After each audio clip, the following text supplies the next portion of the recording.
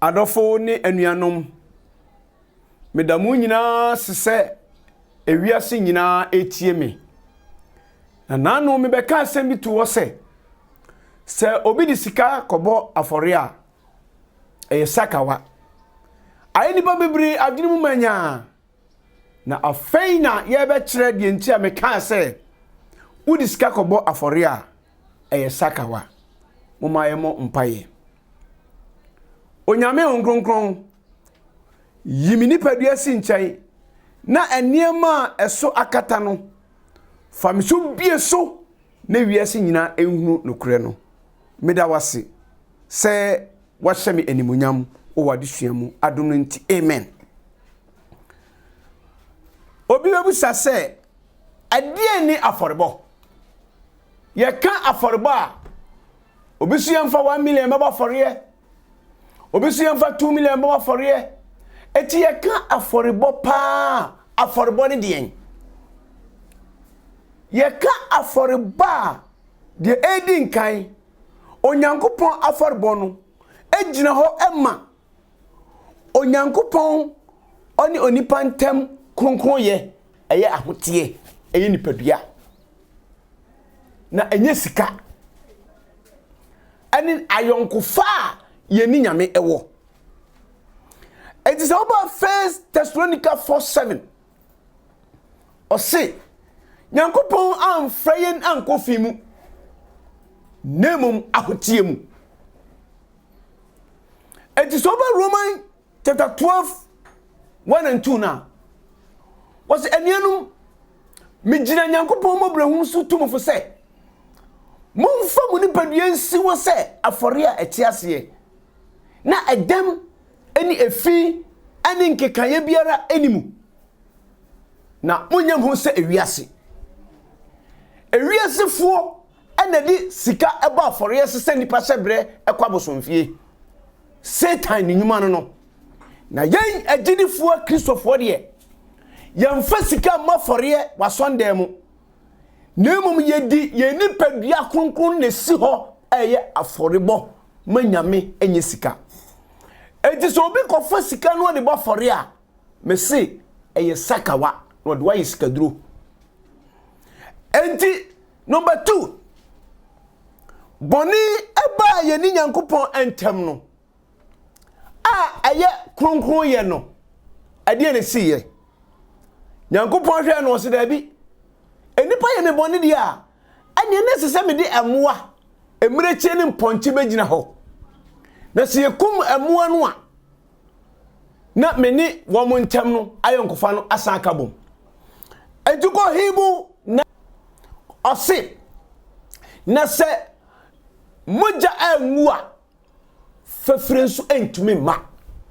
atina emoa moja ana ne ye de pata se de ebe ya ye ni nyankopon ntem ebesa ya yonkofa na enye sika and in the Bible kai was 2 Timothy chapter 3 verse 7 to 9. Os the Bible no there obesua from Genesis to Revelation. Na nsuso obehunu no kura make there obuada. Na sane yembre ni ya na di atie no sane bebre ebe di atie na wonchimi bedadi nipa nyina anim. Osofo Bible anye honam o anagwa da bo se Bible nya djuma biem Bible ye book yate ase eyengoma na afeye mraso enipa wodi sika aba afore ay akomfo adunsifo womu na womu di sika aba afore se enewu nimu a meka kirewo eti sa niema na womu konye se fa we bra beye we no ensusanso a ewoso nie wasi Jeremiah 8 Jeremiah 11:11 Ebrade say me de boni a wontimi mfiri mu areba oso na se oso frame a minti oda etu obi biara wodi sika ko ba fare no wo de hwe na brabo se ya sonde mu o se ya wiase o konkonsa ensekro mansotwe obego ko ba fare no na djuma be koso na nso abrabo we pa de wontimi mfiri mu da ufra sonde mu ba ya na kodi boni enti Matthew 24:15 what's so who say achiwade aba man ejina kronkron bia de okenkai no onte ase ade na achiwade ane na me ne wo ba apamda da mu ansa na me ne wakọ apam foforo mu enti apamda da mu aforebo efiti ase nie so called Leviticus 4:1-3 what say se osofo bi ye bone a o ka chen se onfa aboa osofo ayasra no aye bone a wonfa aboa meye moja ho mpata aye aforebo eduko Leviticus 17:11 no a what say okra no mu nana moja wo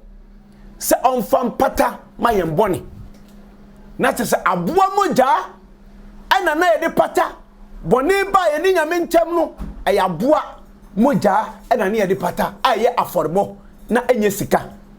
apamda da mu nsam nam no ka no eduko Leviticus chapter 16:19 was onfa ni nsam moja no mu na onfa mpete ahoro enso adafo na onfa ntin ho emfi na fidium enti aforebo a ye bono aye ye nipadua ene ye de akodi bone ene nyame se ye mfa moa wensi ho ne mfa nye mpata so na anade adenti na osofo a wo ye sofo panyin wo de osu akọ Bible school na si nyame ebie wani ne wo hunu ade na wo ni sika akọba fore na wo de asafo ma sebre akwose abosonsomase eye sakawa na unya mfaso wasori mu na wo se akra eduko Hebrew 9:21-22 a wasina sofoduma no wo de ne ye ne se kokunkum kokomu a moja ne de pata na se moja emu a na bonfafiri ema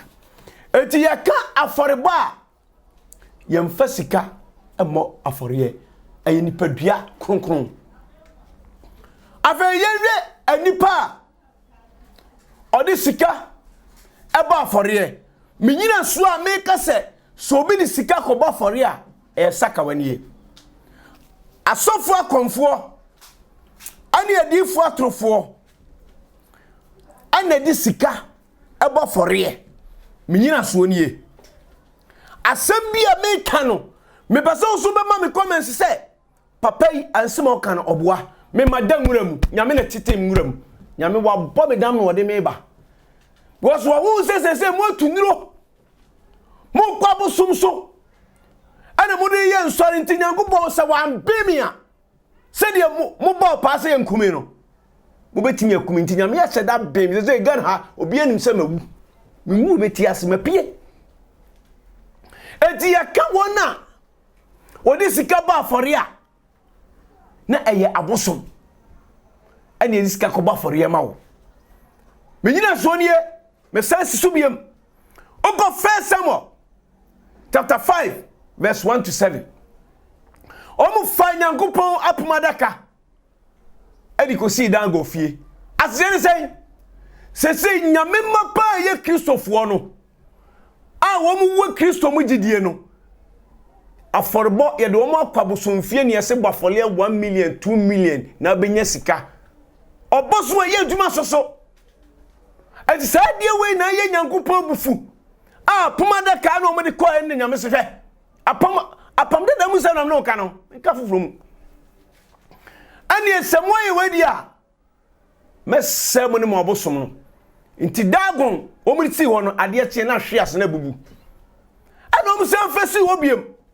ana nyame se sa ade me de yare ni wo haw ni amane ye betu asofo ni wadifo no so no ma hu se mi ni nyankopon enti bre nyankopon ma ha baaye no na afi wo mo teteye no chapter 6:7 kura na ede ena Israel for next year empe wo mkasa mo ma ye mfa Israel daka no nko na ye bre atete ba ye nso ne yakofa wa daka na besi ha me ba to omuko no odi de si ye ena omuko wo mo asofo nche se asofo e eniema etu ye ni enti enye den ne enya hoto mo me ntie da asofo ne kan me se sika woni ba afori a asofo se baba afori a ode wa sakawa wontimi nsum nyame da ka asofo de ka de minimo anu se mo be ka se boni ayaye aye ko fa nyame ade kron ane ye dia ene asofo de abosom ya asori ne ye di sika ba afori na we ya ba ye nso nti asra mo ma ye nsra bon fache ye ko busa asofo a mo ma ye ntie de asofo ekae ewo 1 Samuel chapter 6 na owre ebe hopa na Awurade de ka di Phyllis asase so na ebra mu ko asofo no ko busa mo no dom kan ne se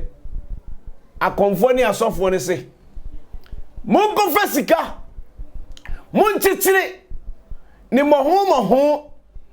na mon fanka Awurade adaka ne ho sa o maye 10 a ubetua sika 10 so maye 14 a ubetua sika 14 se de ne ubekọ marketing evangelist bafare ma oba bafare ma onua ubra Sunday mu a bafale 1 million tua we entinya meduma na moye ana obonsama famu no mu sana sofo ne yeye ansa na wasama yare na adan ni moye mu akoma denden se de faro ni midremfo ye wa akoma den enti se wantimi ammo sa afore ni bidia o problem entimi solve na mom so ntimi bo sa afore na o problem be solve aha na akwankyere sase adifo atrofo ne asofo 419 aha mfiti ase ne ha enti bible na da ho no emaye hu asofo su na kyereye adifo su ne ehunu papa ane bone enti be so busa asofo se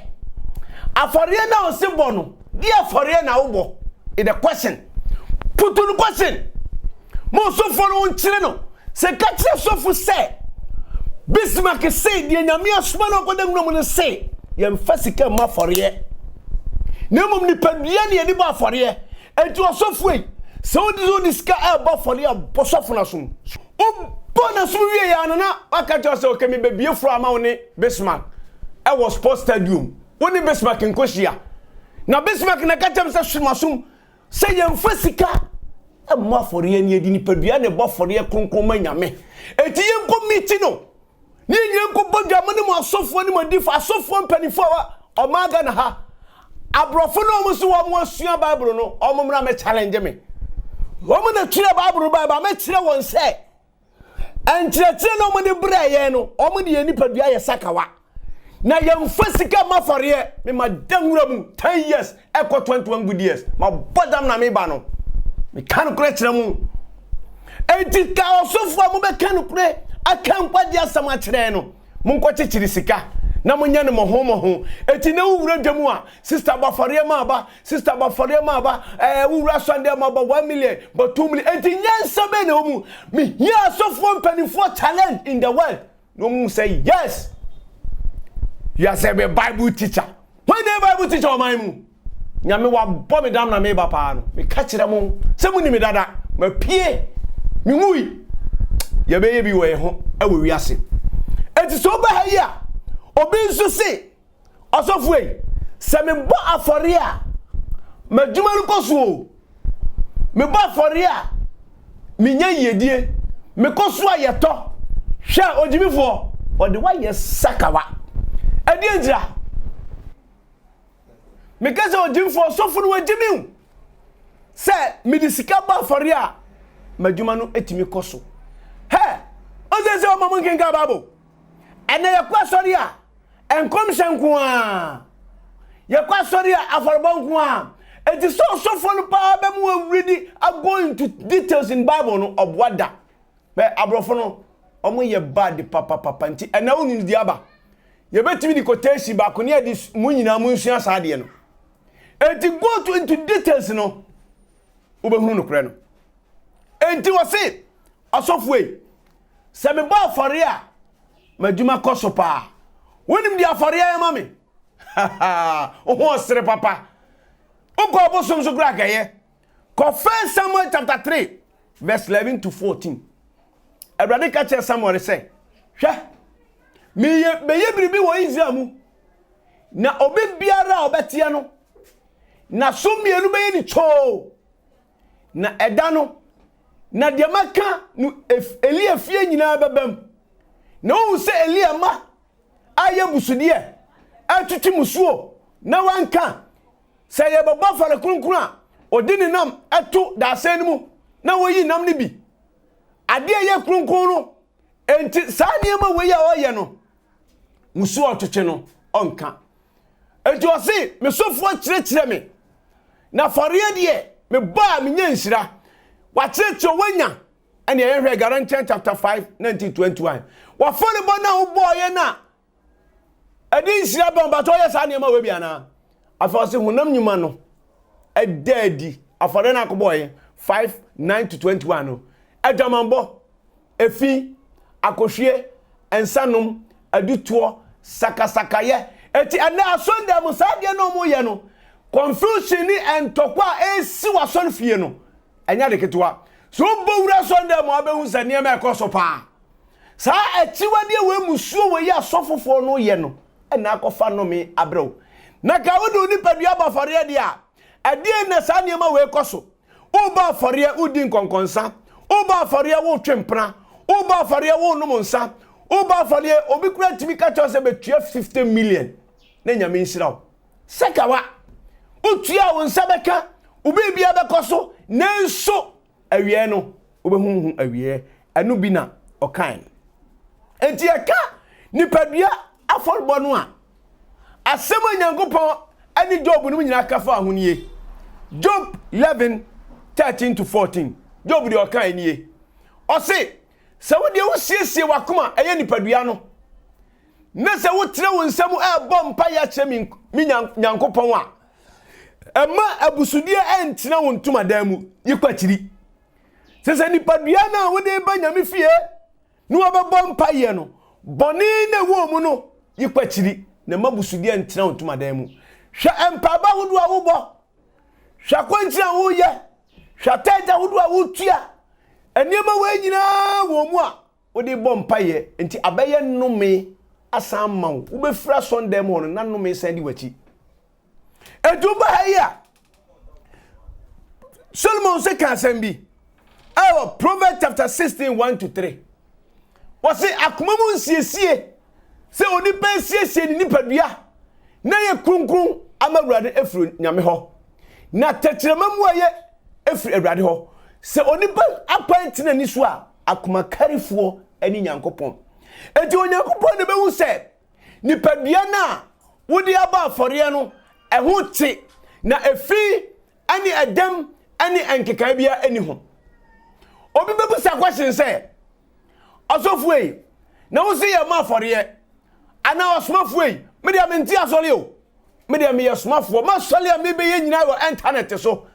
ma sole me be nyina wo TV so mi yese ni pakura bebe me ba bia mi fra ma ba beduru no ma hu ni pasuban me kasam no opa fa ompa jai de nyame de asoma me no maka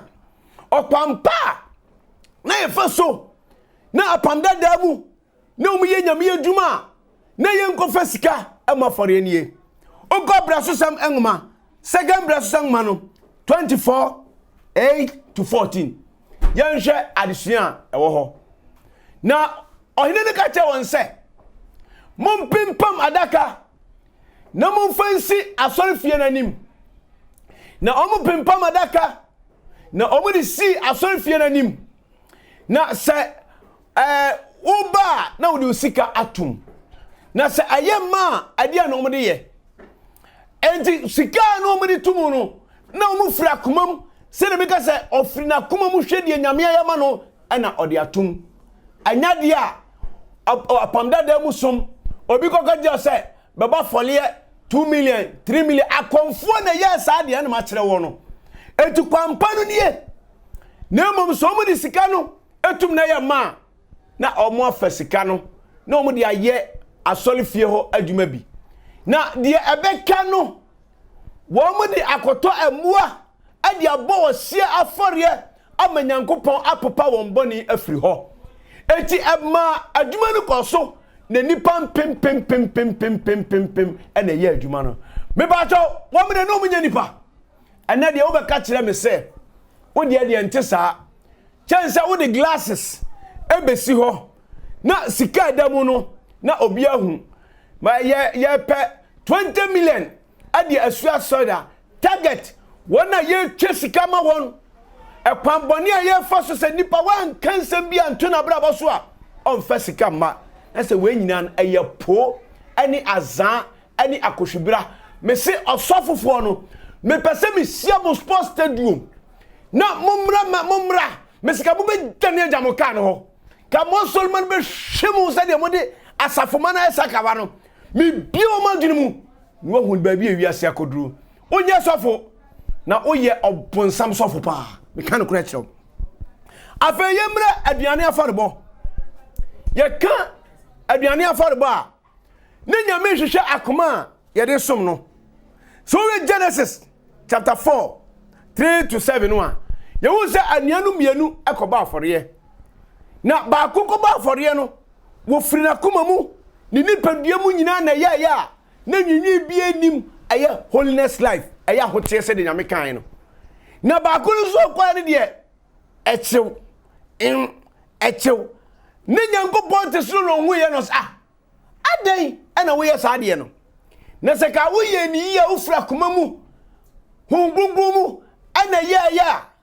ka wani mu nti ana na nam sɛ wo ye sa de yi boni butu pra no di no so enti de ama Kristofo anya no me ne sɛ akoma ye ne baba fɔre ama nyame no nipadua na ekronkron da bi ne mo sofo se ye metua sika na nyame nhira ye enti no me edam so me kan kora kyerɛ wo cause no me edam so wo di sika akwasesa bone edu ko tua 2 million no abo wo di bone wo ko tua 50 million wa sonda mo no abo bra bone ene no me edam so pa eno ho asem ena okan enti David kasa no ukasam 22-3 a wose abradin kam aduane afɔre ne mesi afɔre na ofri krunkrunkrunkrum mu a amabua me kai Psalm 22-3 osofo be twage wo yabutu no enti ase wo ba afɔre no 2 million 3 million ne nyame nkaw na wayi nipadua kronkron na firi hɔ na odi sika ba besi hɔ na aye sakawa ena me ka kyerɛ wo pa afeni nyina mu no was one kind no afi owie de bi de pan se Psalm 55 no say mumu bua ma ho telefo anoma me wona wonam afarebo so anim wa pam no apam no wona odi abrabo kronkron no suba kronkron no mumu bua wono ma me wo na me hia won a won betim aba heaven me ba to eyesika asofo mu di Bible school anim wandwene anim nyansa asay nipa and na de abua famoso and a church business yesia Sunday esia ba fore ese nyameduma no koso azan na mo yedum catch your plane me say me himo challenges in the world media me say me tu abibifo na tu atene abrofo mo ntire mo ntiom sa me kachi wo me no so ma ture Bible na tren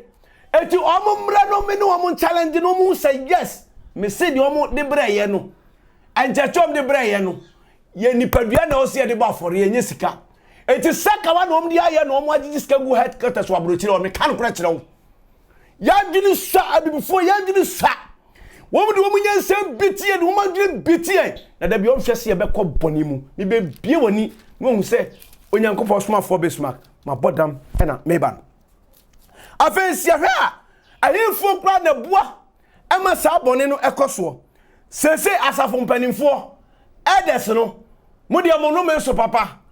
wo mo na bua ye san hyehyɛ no sedi asafo no bekoso ye be si asondan ye be ye wei ama asafo no koso no mo twetwetwe ntwama no mo agigi sa sika no na ahiafo timu no mo bre no mo su so mo de om nipadua beba fɔre no na yaw mesi me be yimo afim potirem wo de obeka se okwa sɔre wei obeka me nkwa sɔre nyame wasoma me dia ne se me kansem ni nyina wo radio so TV so na minim se nyankopɔn ne me producer ono baby na movie na me de babonten no Kristo ni abrabɔ no ebe yi mu secret nyina de ato abonten wei ena me kasa kyerɛ wo enti afɔrebɔ enye sika eye nipadua kronkron ahote enti elders no muntie Ezekiel 22:25 adifo de ne dikan was adifo ni tirimu police